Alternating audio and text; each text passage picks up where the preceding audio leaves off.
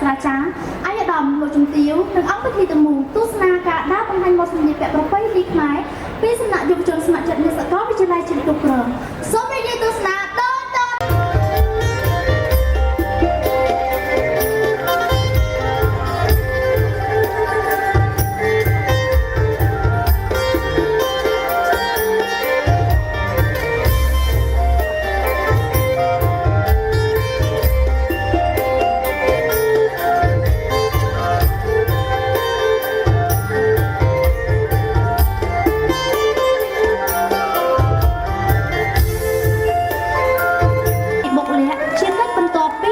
សូត្រមន្ត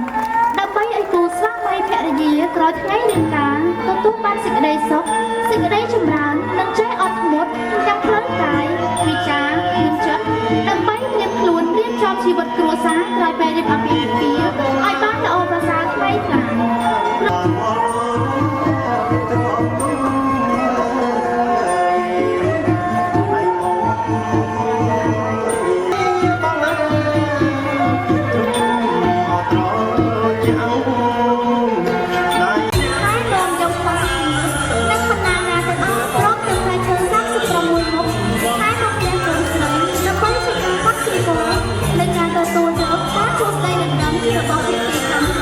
បន្ទាប់ពីចូលស្ដីដណ្ដឹងចំនួន3 ដោយ